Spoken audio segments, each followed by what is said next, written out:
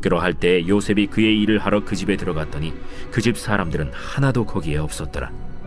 그 여인이 그의 옷을 잡고 이르되 나와 동침하자. 그러나 요셉이 자기의 옷을 그 여인의 손에 버려두고 밖으로 나가매 그 여인이 요셉이 그의 옷을 자기 손에 버려두고 도망하여 나감을 보고 그 여인의 집사람들을 불러서 그들에게 이르되 보라, 주인이 히브리 사람을 우리에게 데려다가 우리를 희롱하게 하는도다. 그가 나와 동침하고자 내게로 들어오므로 내가 크게 소리 질렀더니 그가 나의 소리 질러 부름을 듣고 그의 옷을 내게 버려두고 도망하여 나갔느니라. 그의 옷을 곁에 두고 자기 주인이 집으로 돌아오기를 기다려 이 말로 그에게 말하여 이르되 당신이 우리에게 데려온 히브리 종이 나를 희롱하려고 내게로 들어왔으므로 내가 소리질러 불렀더니 그가 그의 옷을 내게 버려두고 밖으로 도망하여 나간나이다. 그의 주인이 자기 아내가 자기에게 이르기를 당신의 종이 내게 이같이 행하였다 하는 말을 듣고 심히 노한지라. 이에 요셉의 주인이 그를 잡아 옥에 가두니 그 옥은 왕의 죄수를 가두는 곳이었더라. 요셉이 옥에 갇혔으나 여호와께서 요셉과 함께 하시고 그에게 인자를 더하사 간수장에게 은혜를 받게 하시매. 오늘 말씀 보시면은요, 이 유혹이 정말로 집요하고 이 악은 절대로 우리를 포기하지 않는다라는 것을 바라보게 됩니다. 하지만 그렇게 이제 그 여인이 요셉을 유혹하지만 이 요셉은 결국에 사고가 생길 일을 미연에 방지하는 그런 모습을 바라보게 됩니다. 자, 그러자 11절에 그러할 때 요셉이 그의 일을 하러 그 집에 들어갔더니 그 집사람들은 하나도 거기에 없었더라. 그 여인이 그의 옷을 잡고 이르되 나와 동침하자. 그러나 요셉이 자기의 옷을 그 여인의 손에 버려두고 밖으로 나가매 라고 나오고 있습니다. 자, 사람도 아무도 없습니다. 자, 그런 상황 가운데서 이 여인이 최종적으로 유혹을 한 것입니다. 자, 그러자 요셉이 자기의 옷을 그 여인의 손에 버려두고 밖으로 나갑니다. 요셉은 앞에서도 계속 날마다 승리했기 때문에 마지막 싸움에서도 승리할 수 있었던 것이죠.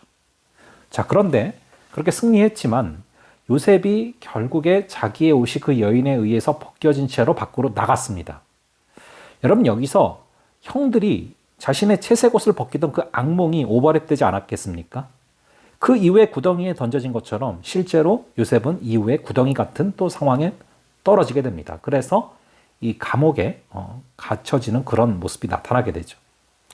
결국에 이 여인은 요셉을 쓰러뜨리지 못하자 모함을 하게 됩니다. 그 모함의 과정들이 나오는데요. 13절, 14절을 보시면 그 여인이 요셉이 그의 옷을 자기 손에 버려두고 도망하여 나감을 보고 그 여인의 집사람들을 불러서 그들에게 이르되 보라, 주인이 히브리 사람을 우리에게 데려다가 우리를 희롱하게 하는도다. 그가 나와 동침하고자 내게로 들어오므로 내가 크게 소리 질렀더니 라고 나오고 있습니다. 자, 여기 보시면은요, 우선은 물증을 잡습니다. 요셉은 그 유혹을 이겨내려고 그냥 옷이 벗겨진 채 나간 것인데 그 옷을 잡아요.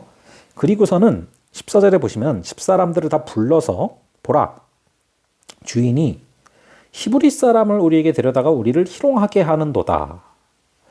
자, 이 주어가 우리를 희롱하게 하는도다 라고 말을 하고 있어요. 이게 바로 적대감을 불러일으키는 것입니다. 여러분, 실제로 이 애굽 사람들이 히브리 사람이 총리가 되는 바람에 이 불편한 심정들이 있지 않았겠습니까?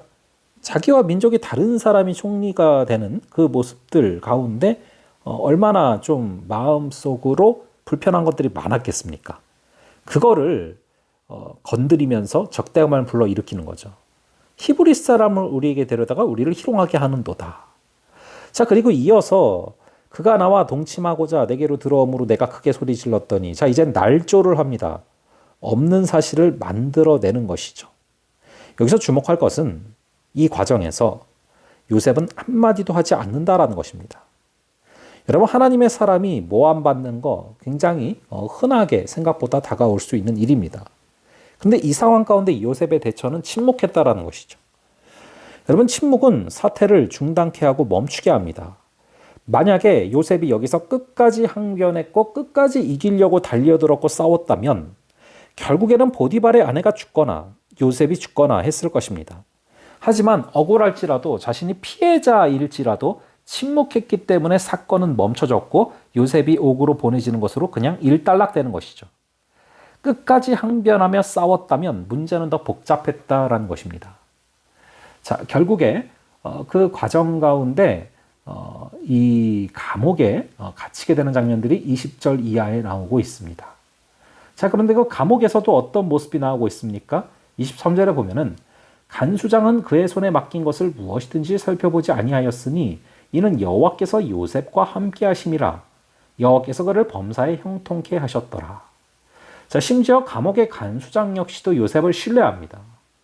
자, 근데 여호와께서 요셉과 함께 하심이라.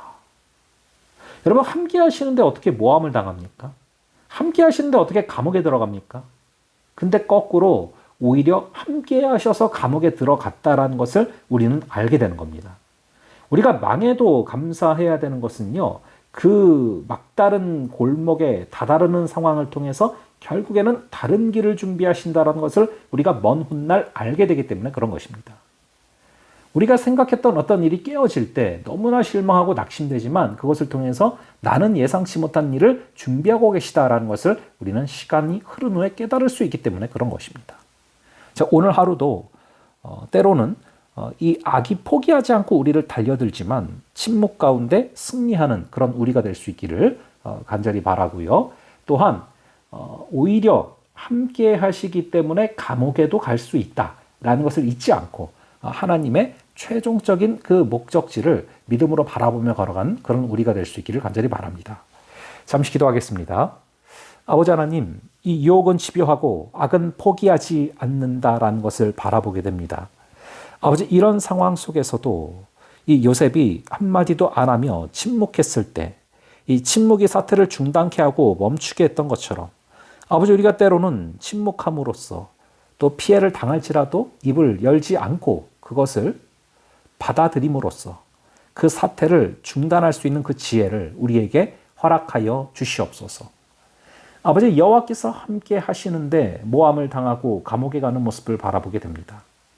우리가 때로는 그런 난처한 상황에 처할지라도 그것이 오히려 다른 길을 여시는 하나님의 뜻임을 우리가 믿음으로 바라보며 걸어가게 하여 주시옵소서. 감사드리고 이 모든 말씀 우리 주 예수 그리스도의 이름으로 기도합니다.